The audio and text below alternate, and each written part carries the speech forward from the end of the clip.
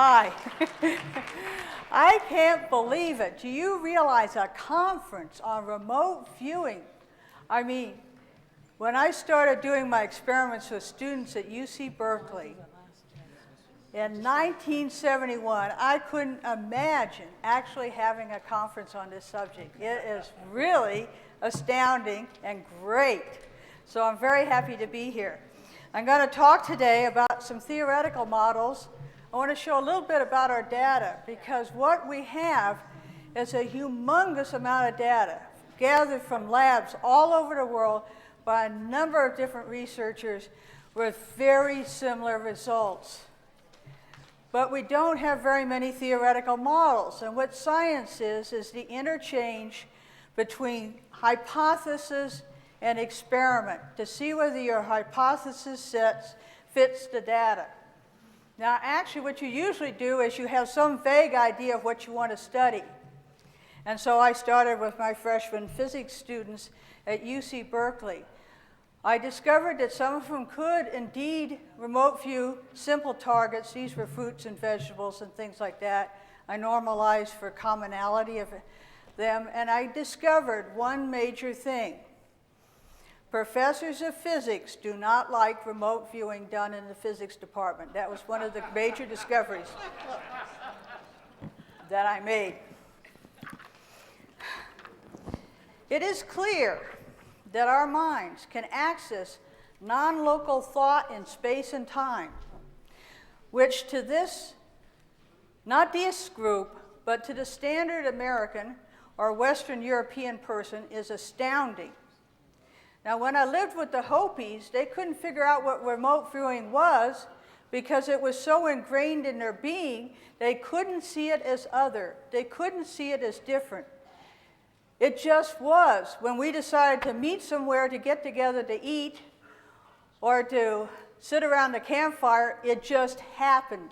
No one said, there's a space and time that we have to meet. But we in the Western culture, however, if we want to go to meet for pizza, have to specify where and when, space and time.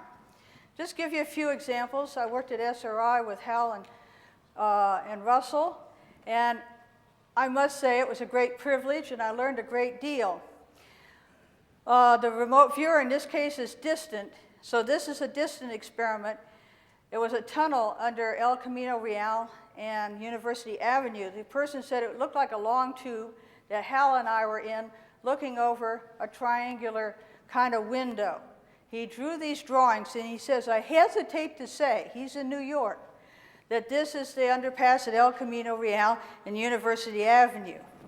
This is another experiment in a series of experiments looking north-south remotely, which I did with Jack Houck. This is the person's drawing. They said it would look like long series of boxes or cages.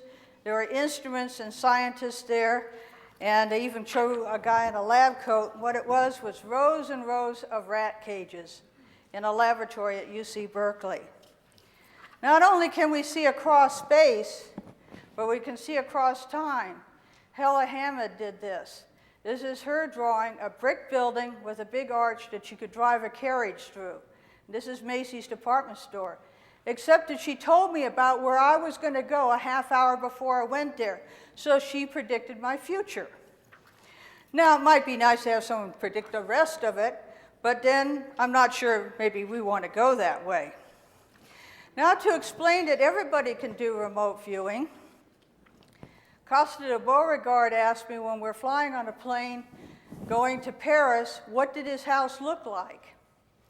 And I thought to myself, well, red tile roofs, crowded streets, and all that kind of thing. But that's not what came to my mind. What came to my mind was a white stucco house with new brown trim painted around the windows with a brown shingle roof with a long evergreen tree on the side and, of course, a Persian rug in the living room. But that might have been analytical overlay. This was taken late in the day, but that's a white stucco building. So if I can do it, anybody can do it. It's a natural ability that we have been trained out of in this culture. Because I did some experiments with my son playing hide and seek, and he was very good at it when he was young. This is a statistical analysis of a number of groups of experiments done at UC Berkeley and also SRI. And these include precognitive and long distance. This is the local experiments, and you see there's a learning curve over the years that I did it, which was about 15 or 20 with this particular data set. This is the local. So there's a trend analysis in which both seem to be going up. This is chance expectation down here. So that gives you an idea of what the experiments are like.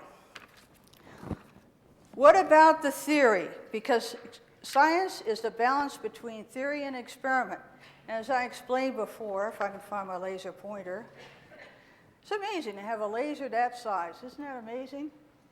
Anyway, you define your body of data to be examined, collect the data about this phenomenon, in other words, do remote viewing experiments, and then try to develop theories to explain the data that are compatible with accepted science. In other words, they're compatible to the accepted science of the day.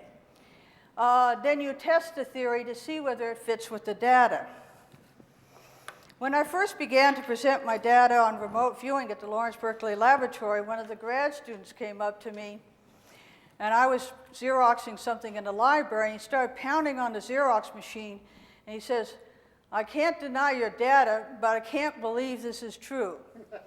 And he was basically going to wreck the copy machine, and I couldn't copy my paper from Phys Rev, so I was kind of trying to quiet the guy down. But it got me to thinking, the acceptability of this field does depend on tying it into with known parameters or theories or concepts within the construct of this society. Now, the major constructs of physics are what are called Poincare or Lorentz invariants. That means if I drop a rock now, it will fall to Earth at s equals 1/2 gt squared, the same as Galileo dropping one off of the Tower of Pisa. But it does relate to connectedness. Non-locality doesn't matter whether a person does an experiment in the past or the future or at a distant location. Get the same results. Analyticity means in physics, which is a fundamental property, how you move around in space and time.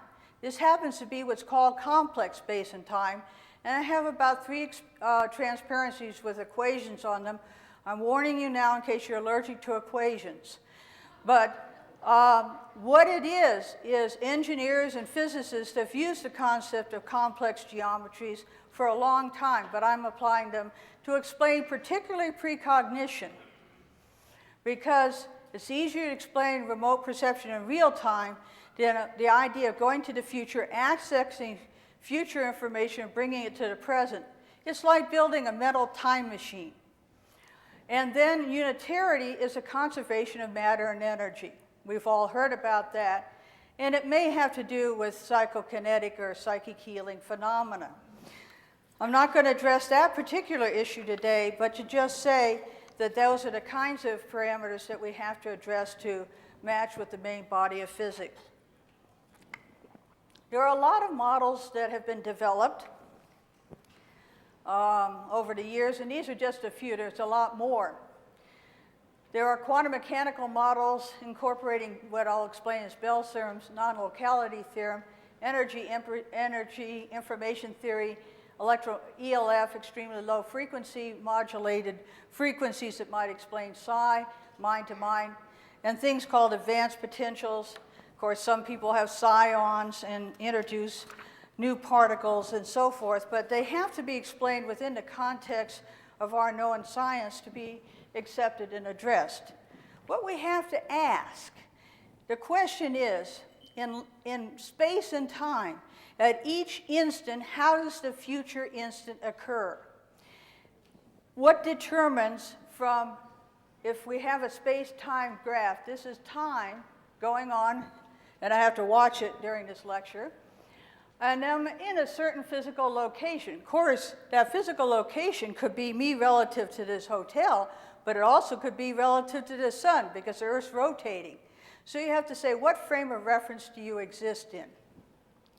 So if I have a world line, that is a path that I'm making, like I could make a path like this or like this, I'm moving in space and time. So how does that next determination, like what exit of the freeway do you actually take, determines how the future is connected to the present. Now we think of that in space and time, as I say. If we're going to meet for pizza, we specify which pizza parlor and when. But there is a hyperdimensional concept that maybe our minds can access higher than 4 dimensions.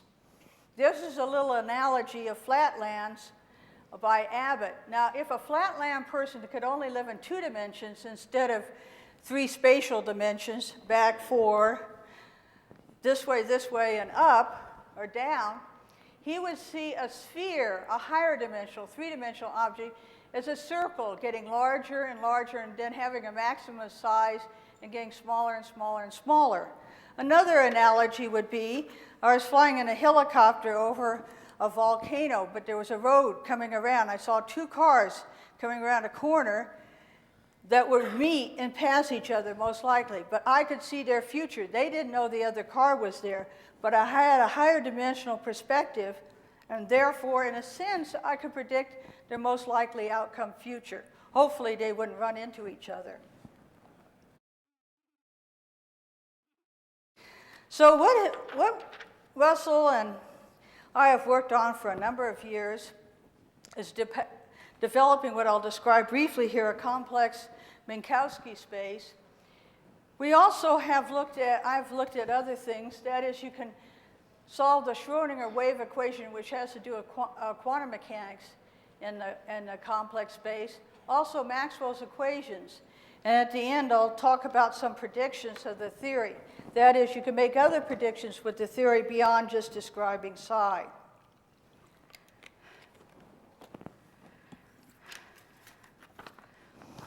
Now, there was something invented by Einstein. Actually, it was invented by Minkowski, and Einstein adopted it in his special relativity in 1905, and that's called the light cone.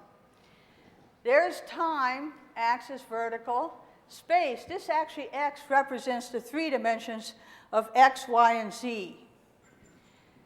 And what we do is live a world line from the past to the future in this light cone. That means that we can't do it faster than the speed of light, because that's what Einstein believed. But actually, Gary Feinberg showed that indeed you could have tachyonic or faster than light signals.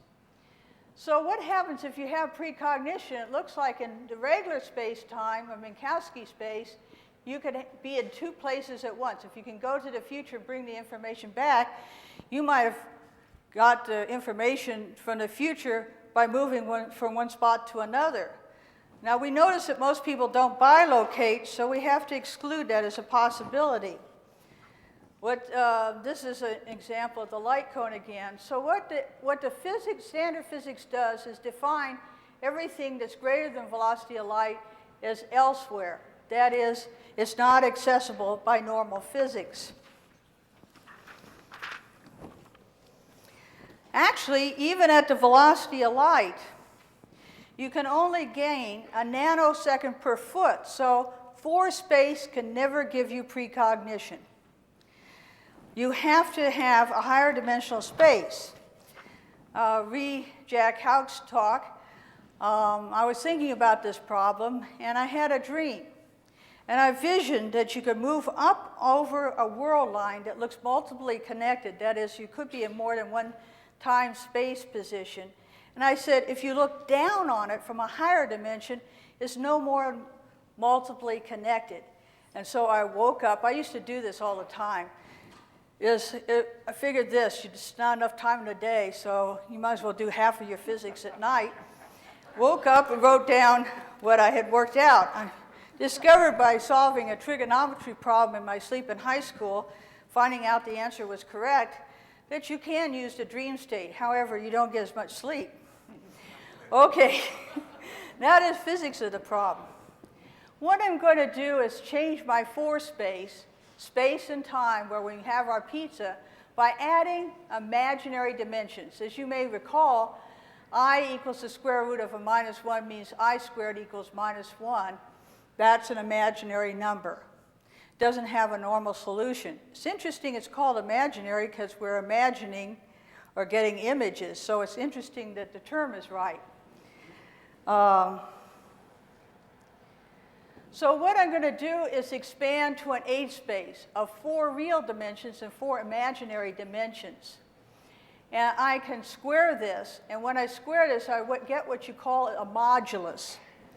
Now what it means is that every engineer that uses imaginary numbers or any physicist has to get a real physical answer at the end. He has to find a real physical answer. So it just turns out that complexification, making an H-space, gives me real numbers in the end. I get a real component and an imaginary component, but they're not multiplied by I, or the square root of a minus 1, even though I used imaginary numbers to get my extra 8 dimensions. That one's in special relativity. By the way, one of my great idols was Albert Einstein. I didn't get a chance to meet him, but I met his brother, and I was glad that he was man of the century. This is Einstein's general relativity. Now, I'm going to take us to the bottom.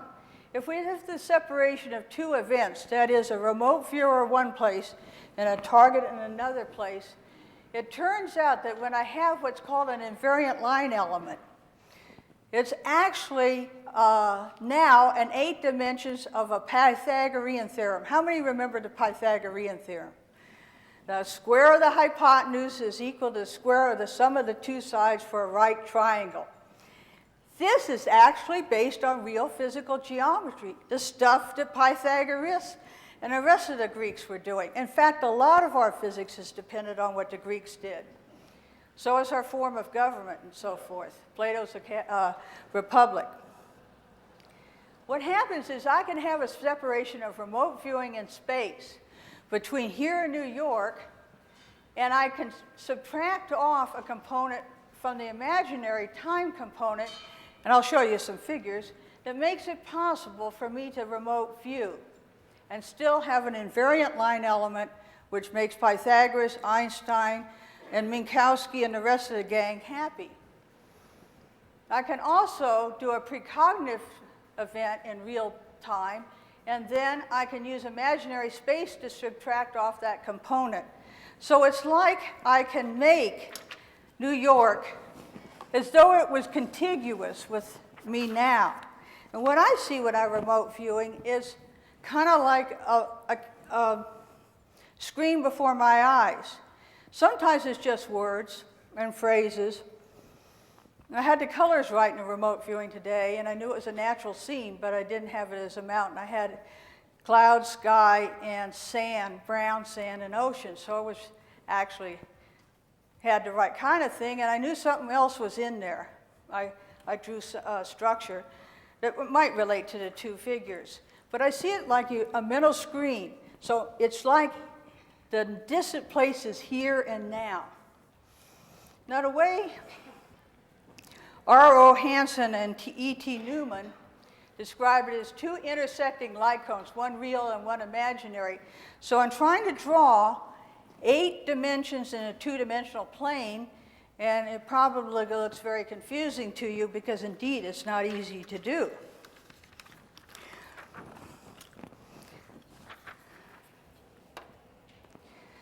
Now here we're really dealing again with light cones. There's a point in space from an origin.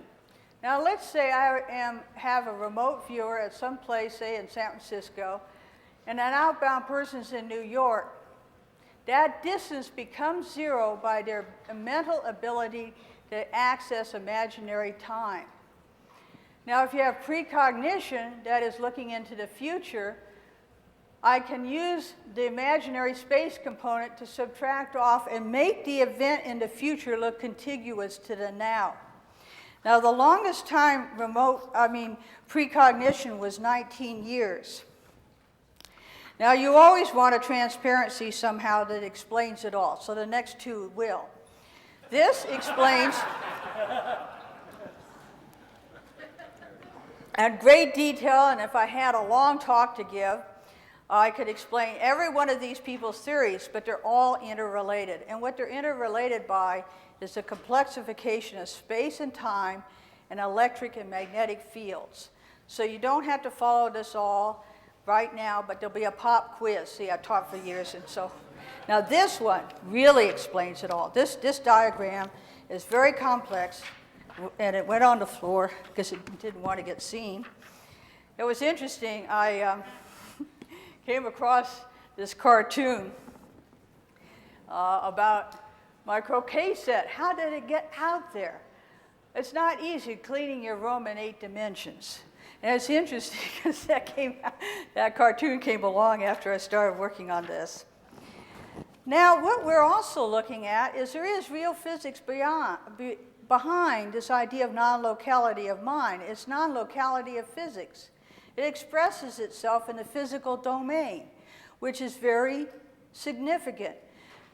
It means that we're part of the universe, we're part of the process. And to some degree, Jack Houck expressed this, that the fundamental oscillation of the Earth, it looks like brainwaves. We have examples where I have shown Earth frequencies around the Schumann resonance to an EEG expert, and he thinks there's a little bit of eye blink artifact in there, but he thinks the guy's in alpha. It's amazing because everything is connected to everything else. So non-locality in physics, first developed by Einstein, Podolsky, and Rose in 1935, had to do with the correspondence between a wave function as a description of psi and an actual particle in the world. And this, to be complete, everybody wants a complete theory of everything, of course, demanded that there was non-locality. But since at least the days of Newton, the idea of non-locality has been repugnant to physicists. When it was suggested by Kepler that there was a radius vector from the sun to a planet, that was like drawing a radius vector from God to an archangel, and they were darn mad at the time. In other words, the idea of non-locality is actually not a history that has been considered not valid in physics. You always have to have a connection or a chain, and in quantum mechanics it's called the Van Neumann chain between the observer and the particle, and the detector that detects the particle, because you can't ever see the particle exactly, except for quantums of light. Now, I met John Clauser in 1971, and he was doing a fascinating experiment on 2 particles coming from a source at the same time, 2 polarizers and 2 detectors, and they appeared remotely connected over meter distances. Recently, Giesen has expanded this experiment to over meters. Let me show you this experimental setup. Let's see, I have until 4:15, right? Okay, if I have a source, atomic source that will emit 2 photons going out in each direction, they're going at the velocity of light. Another way to look at it is in the past, these 2 particles are going out on a light cone at the velocity of light. If I have a polarizer set here and here, and a photomultiplier to detect the 2 photons, I find if this one spin up, that has to be spin down. Now, the normal physicists said they can't be correlated because they're faster than the velocity of light, and I don't believe it. But the facts are in the experiment. The fact is in the experiment of remote viewing. The fact is in the experiment of Bell.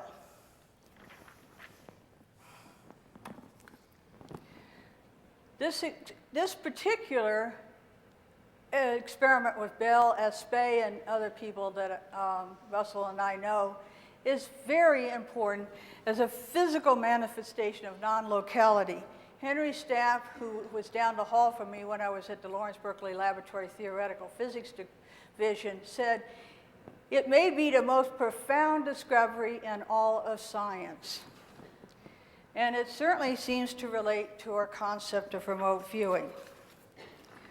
Now, their theory should tie in with what everybody believes at the time.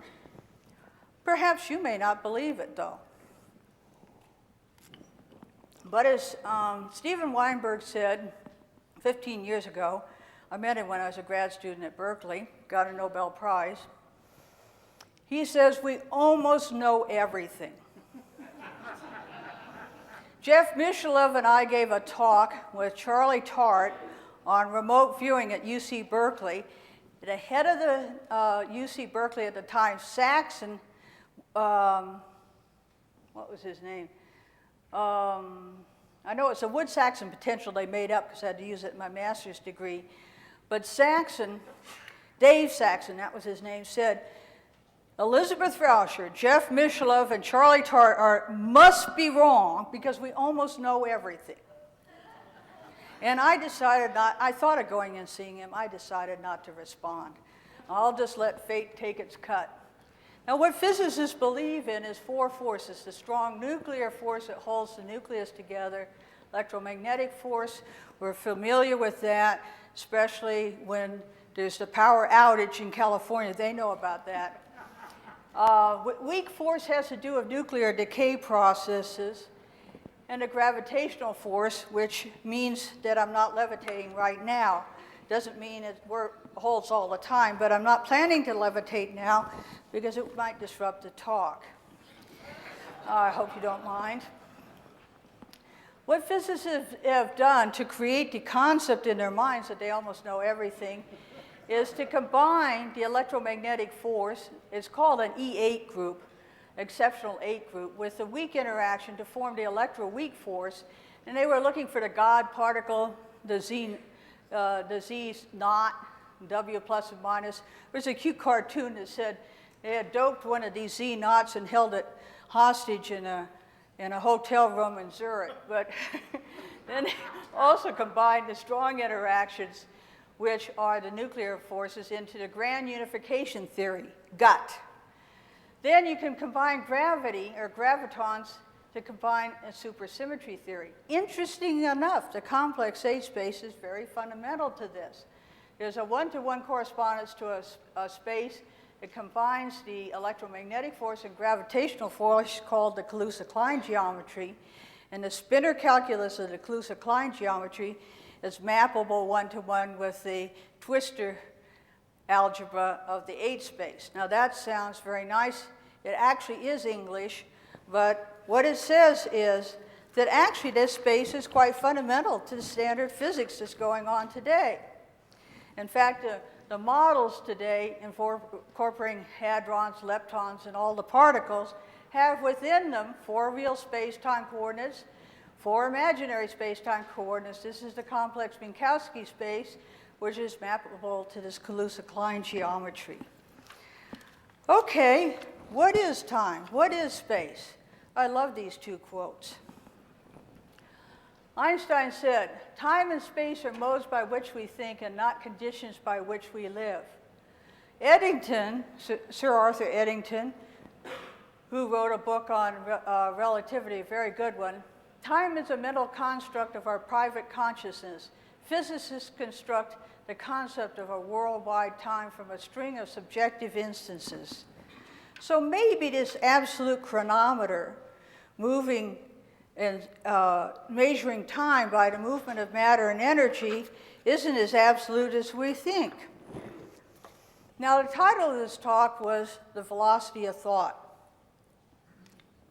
If I'm remote viewing an event on Jupiter, does it take time for that thought to come to me from an event from Jupiter? I'm remote viewing a sunspot on the sun. Does it take 8 minutes?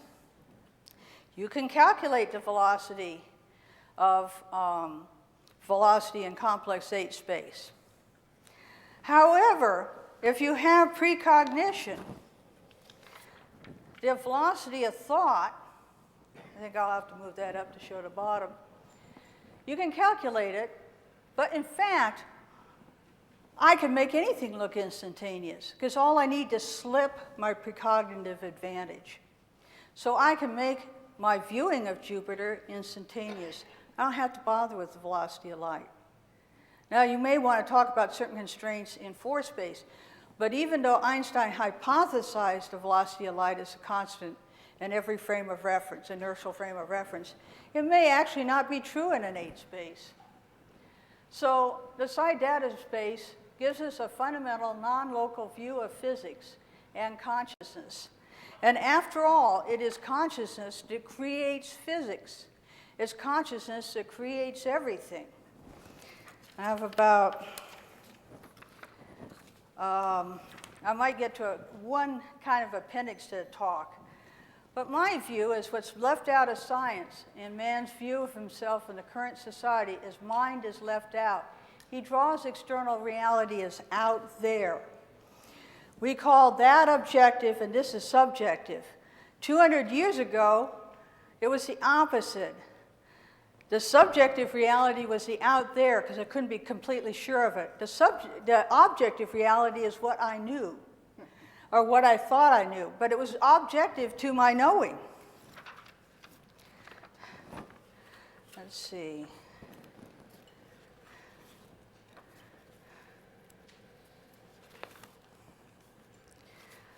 So I think what happens is, particularly in analytical science, is we divide things into islands. We only see the pieces of the whole. But underneath the ocean is a connection that shows that everything is connected to everything else, including each of us to each other. I like this quote from Albert Einstein. It is possible there exist human emanations which are still unknown to us. Do you remember how electrical currents in unseen waves, electromagnetic waves, were laughed at? The knowledge about man is still in its infancy. Now, there's two other points I'm going to make briefly, because I was going to see how much time I had left. Not used to the 45-minute format. I also solved Maxwell's equations and written a book about Maxwell's equations solved in complex 8 space. How you do that is you complexify, if I can find it, the electric and magnetic components in the same way. It's a very complicated computation, but it can be done. You find that there's additional components that are predicted by this theory that may or may not be disturbing. One of them is possible magnetic monopole. Also, a lot of physicists have been looking at a possible finite rest mass of the photon. They thought it was 0, but it may be very small. Formalism from remote connectedness phenomena, a longitudinal as well as transverse components to B and E, the electric and magnetic field, and a possible superluminal signal transmission. Now, Heinrich Hertz said, this is velocity, you have B and E, well, maybe the figure will work. If I have a propagation of a signal in a direction, then the magnetic and electric vectors are considered perpendicular to the direction of motion. But in complex 8 space, there's also longitudinal as well as transverse components. And I think some of the reasons that brains can detect certain signals, including electromagnetic signals, is because they can pick up these other longitudinal components. That's consistent with some work in plasma physics. I'll mention one other idea, and that is a way out of what's called the time-like loops. And I have about 3 more transparencies. Now, if you can go into the future, you might be able to go into the past. Now, Einstein relativity theory takes you into the future. But an 8-space time machine might take you into the past, and you could kill your mother before you're born. That's a serious problem, because then you wouldn't exist to build a time machine. I've been fascinated with time machines from the time I was 8 years old. I heard a story that fascinated me on Mystery Theater, where you crouch in the dark by the radio. And the story was that this guy wanted to build a time machine, go into the past and kill Hitler, because he had nearly run over this little 5-year-old boy, but he avoided running over him, and he found out that person grew up to be Hitler. He kept running through Hitler, however, but it was a very nice story. It got me interested in Einstein and time, nature of time, Jack Houck has an interest along that line as well.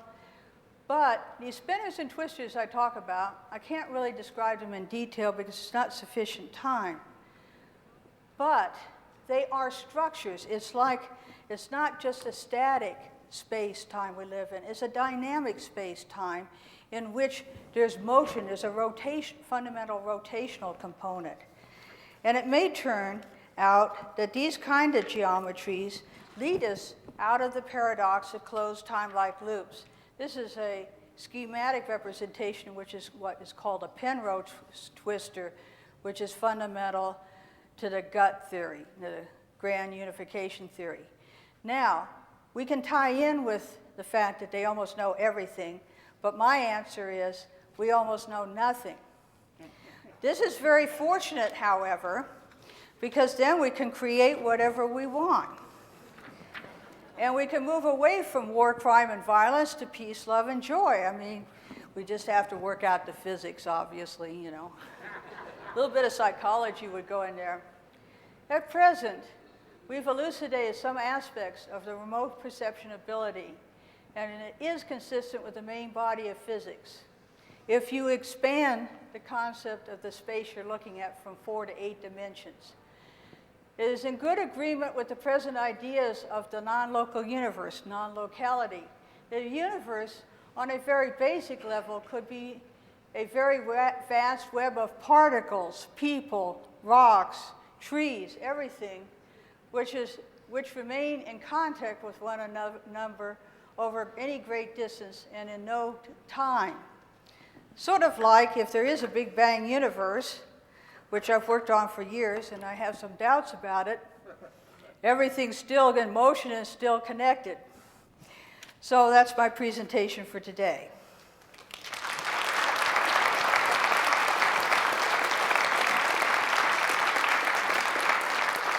Thank you. Appreciate that very much. Of course, I have loads of questions and stuff like that, but Well, I'll hold back on them. what I always ask my students for is, I don't mind any answers either. I mean, if you got answers, I don't mind receiving those either. Okay, we do have a question here. Go ahead, sir.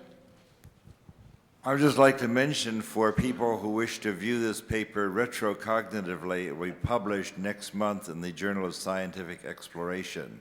So this whole presentation will be published next month in the JSE. Thank you very much. Okay. Do we have any other questions? Oh, yes, we do. And I thought I was the only one that didn't follow this. Go ahead. Oh, shucks. Can we join? Are there applications to join JSE here? If someone's interested in joining? JSE has a website, which is simply jse.com. Okay, if you'll just go ahead and put that on the mic. JSE has a website, Journal of Scientific Exploration, can be reached on the web at jse.com. Thank you very much. Okay, we got one back over here, too. Actually, we got two. Oh, they look familiar to me. We're going to be buddies here soon enough, I'm sure. Okay, go ahead. Was the EPR experiment first replicated in the early 70s by Alan Aspect, or was it? Yeah, actually,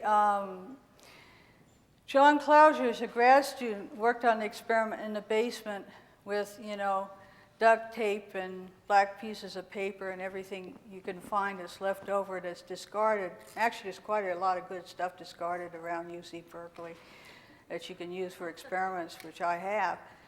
And it was very underfunded. I heard about it from an engineer. I had to go see it, and I was just fascinated, utterly fascinated.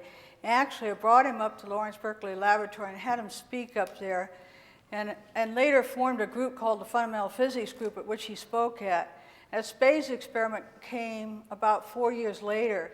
I visited his lab before his device was completed, and he had the experiment going through a wall because the rooms weren't big enough. But it was stainless steel, fancy as the dickens, a lot of money put into it, and they both got the same results.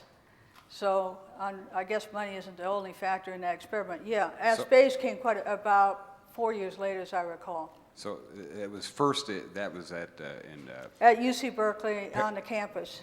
okay, was there a replication or in Well, Paris? there's been a number of replications, A num- actually, of course. couple that I was heard of. A couple that I'd heard of, at least early 70s and later in the 80s. Right. Well, it was Aspect did his. He did his a little differently. He chose the position of the polarizers after, presumably after the photons had left the source, whereas John Rauscher did it before the photons had left the source. So he did a number of experiments. These experiments went over a number of years. Then Giesen et al. Had done an experiment using fiber optics over meter distances. Let's see, where was that, Russell, in Geneva? Yeah, so although the other ones are only meter distances, his was over kilometer distances. The correlation still held. And there's been, there's a number of papers. I would say probably the number of papers on Bell's theorem must be hundreds and hundreds by now, about 500. Okay. And we got another question right here, a real smart one too. Does your 8-dimensional space model suggest that matter and energy can be moved through these distances and times as well as thought? Well, I asked my patent attorney whether he would be interested in helping me build my space-time machine, whether I could get it patented. He didn't respond to that question, but that certainly is a question to consider. I mean, can you actually, if you have a precognition ability, which certainly has been experimentally verified, and with the pair group in Princeton, it's sure clear that the quality of precognition and real-time remote viewing are very similar. Then you say, well, can you physically go there? And it's somewhat a complex question. This gets into anecdotal, and I think it probably can't go into details, but people claim to go out of body and retrieve distant objects and bring them back. Now, whether that claims, I haven't verified that, but is there some physical aspect that can bring information to the present from the future that has a physical consequence? Drawing on a piece of paper is a physical consequence. Making a tape on a tape recorder is a physical consequence. So yes, matter and energy have been changed by the act of precognition or remote viewing. But the degree, can you levitate or teleport? That reminds me. National Enquirer had a big headline. Dr. Elizabeth Rauscher verifies teleportation. And boy, that was the opposite of what I ever said. And did I get in trouble? I was writing memos for months after that. You mean they got it wrong? Prevent getting fired at LBNL now. But that's a complex question. It's an important question, and if I had about 20 minutes, I'd give you all my thoughts on it, but I don't think that's the case. Okay. Any other questions? We could talk afterwards. Okay, got a couple more here. I can shout loud enough. Well, Actually, it does. It predicts that there's a finite rest mass of the photon. There are experiments being conducted to verify that. There's longitudinal as well as transverse components of the electromagnetic field. That's, of course, been debated, but there are experiments that could be done to verify that. And there might be a magnetic monopole. There's been a number of experiments. They have not found a magnetic monopole, however. And there's about 5 or 6 other things that it does predict it would be. Someone could find out physically whether that's true or not. okay, Tony? If you remote view something in the past or in the future, the very act of observing it, will that affect that which is being observed? That's an interesting question. Let me give you a couple of analogies on that. I could tell you a personal story, but I'll tell you 2 examples. They're similar to what. There was a person that was working in a mine. Well, there's sort of 3 phases of this. You can have a precognition, write it down, and the event happens, you haven't really taken action on the information. But there are cases where people have taken action on the information. One case was 12 guys were going to go down in a mine in a basket, you know, with a cable. And I think that guy had a dream that there would be 12 people on there. But when he got there, it was only 11. But just at the end, another guy came up. And he had a dream that the main cable would break. So he asked the supervisor to put on the safety cable. They went down, the main cable broke, and the safety cable saved him. So the guy said, thank God, you know, to the supervisor that you did this. And he says, yeah, I had a premonition last night there might be an accident. Then another one is avoidance. That's an example of avoidance. A woman had a dream about a guy riding by on a horse. His face turned into a skull, but it had a scar on his face. And he said, there's room for one more. So she goes to a dental appointment, and she goes up 8 floors in a building. And as she starts to get into the elevator is very full, but there's an elevator man. He leans out, he has a scar on his face, and he says, there's room for one more. She jumped back and screamed, and the elevator crashed, and everybody was killed. So there is an action component that can act to change reality, change the path, change your world line, basically. So precognitive information, there's a lot of people with stories like that's changed their life. And it even maybe determines our life, because I've been interested in Nikola Tesla. Why would I be interested in Tesla? Well, I ended up researching him in the future. Maybe that affected my past to research him, you know. So you have to ask, and then I lived on Tesla Avenue for a while, so you have to ask how these weird synchronicities come into being. I mean, it may be a time causality that's not just one time. Now, it's past and future. Wow. I think we got one more question here, and then we'll explain the break and when we come back. It's related. Does that mean you subscribe to the Copenhagen interpretation of quantum mechanics? The answer is no. It's a little late. Okay, that's a good quick Let answer. me add one thing to that. When I took quantum mechanics, that's what they subscribed to, that all you could do and interpret quantum mechanics is just solve the equations. That's what they said, solve the equations. However, I was the only woman in physics at UC Berkeley at the time, about 400 undergraduates, and I was the only woman. I wore my hair kind of short and sat in the back, so it wouldn't stick out like a sore thumb. But I raised my hand kind of timidly, and I said, but what's the use of doing something if it doesn't have any meaning or explanation, or if it isn't saying anything about reality? So it seemed to me I could calculate every hydrogen atom there is, but what good is it unless it actually is interpreted? A theory is supposed to explain reality. I want to get at what the nature of reality is. I don't care about Bohr's Copenhagen view that just says, do the physics and pass the exams, you know? Well, the nature of reality is that I'm sure there's some people in here ready for a break. I'm probably one of those. Thank you very much. I appreciate that.